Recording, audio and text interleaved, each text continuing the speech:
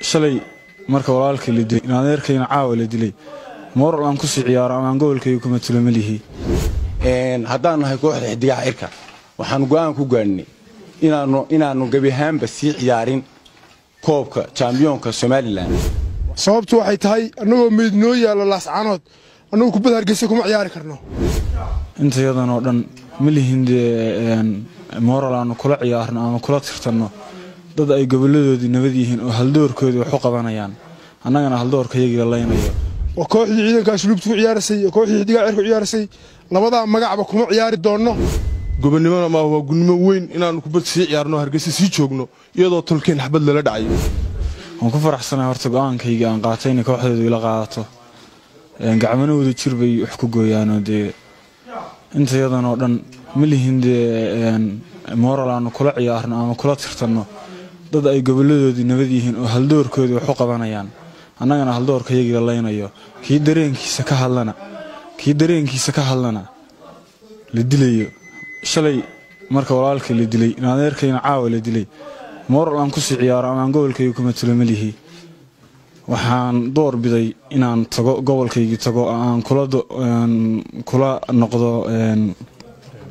kula dareen noqdo dadkaygii gobolkayga insha Allah waxaan rajaynayaa dhammaan kooxdayda inaan nabad ku baxno gobolkayga nabad ku tagno alla intii dhimatay ha naxariisto inta noolna ilaahay khaatimad khayr ugu khatimo bismillaah awalan ilaahay baa mahad dhamaantiis iska leh marka labaad waxaan ka tacsideynaa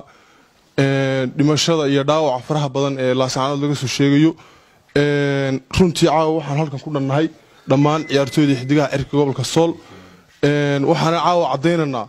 inaanan lahayn dareen iyo damiir aan ku sii joogno Hargeysa kubadna aan ku sii ciyaarno tolka iyo shacabkii laascaanood xabad ku socoto laamigii laascaanoodna uu dhiig dareerayo gobonimada maaha waa gunimo weyn inaan kubad sii ciyaarno Hargeysa sii joogno iyadoo tolkeen xabad la dhacayo dhammaan intii dhimatay waa ka tacsideynaa waa la dareennahay shacabkan iyo tolkeen baan la dareennahay waana dhaqaajinanaa insha Allah biidnillaahi kariim bismillaahir rahmaanir rahiim halkan waxa ka hadlaysa kooxda xidigaha cirka gobolka Sool dhamaanteeda dhalinyarada xidigaha cirka gobolka Sool iyo kooxda waxaanu ka mideysanahay dareenka ah in hooyooyinka iyo maatada iyo caruurtii iyo ciyaalkii ay xabad ku socoto inaanan dareen aan ku ciyaarno kubad ama aanu Hargeysa si nabad ugu seexano inaanan lahayn waxaan kaloo halkan ka cadeynaa inaanan maanta lahayn dareen aan Hargeysana nabad ku noqoto halka ku jifsto laascaanoodna ay u ooydo oo baroorti iyo qayladu iyo oohintu iyo silca iyo dhibaatadu ay xabadu xilliga ka dhacdo Hargeysana 12 habeenno ay nabad ku leedo sagaalkiina seexato dareenkaas waa dareen aan aad uga xunahay waana cambaarayna haddaan nahay kooxda xidigaha cirka waxaan go'aan ku gaarnay inaanu gabi ahaanba sii ciyaarin koobka championka Somaliland waxaan talo iyo go'aan iskula qaadanay inaanu la qaybsano dareenka bulshada reer laascaanood madax iyo majaba inaanu la qaybsano waxaanu wasaaradda fariintan u farnaa waxay tahay inaanan lahayn hami iyo garoon aan ku galno iyo inaanu ku ciyaarno inuusan jirin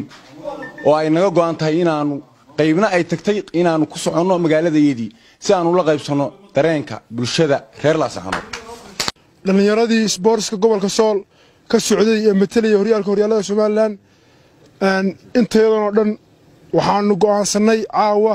inaan championka ka simid ahaan sababtu waxay tahay anagoo meednoo yaalo laascaanood anagu kubad Hargeysa kuma ciyaari karno safar baanu nahay waanu ambabaxnaa oo kooxdii ciidanka asluubtu ku ciyaarsay iyo kooxdii xidigaha cirka ciyaarsay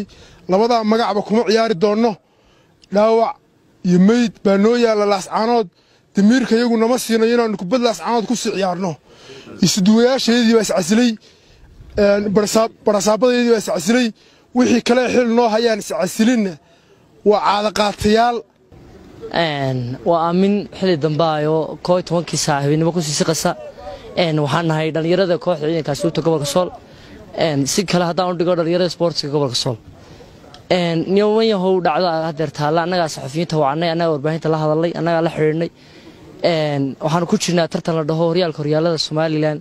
baa ka socdo halkan Hargeysa aan marka hore ciyaarinay horena khalad baan u nimi meel aan marti ku nahayn inaan ku ciyaarno waa qalad magaaladeedu gorona way leedahay de way leedahay dhaqaale isku filayso koob ku dhigato inta way leedahay niman yahow dhaawac iyo mid iyo waxba noo yaala Soomaaliland suu kaay dari meesho inay dunidana tiraahdo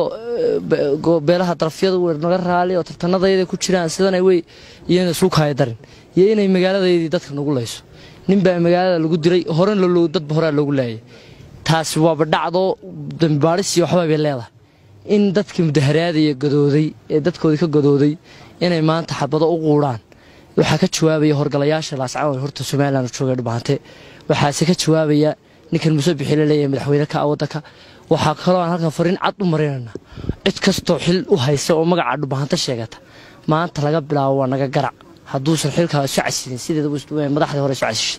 waxaan halka ka cadeynaa inaana tartan ka qayb galeyn inaana tartan socdo mid kale ka qayb galeyn Faad Axmed Cali xiriirka badda cagtu haysta halka waxaan fariin uga diranay inaan tartanka qaadacnay bari ku yimaadana haddaad aragteen waa caado qaatayaal siyaasadeed caado qaatayaal ciyaartooyina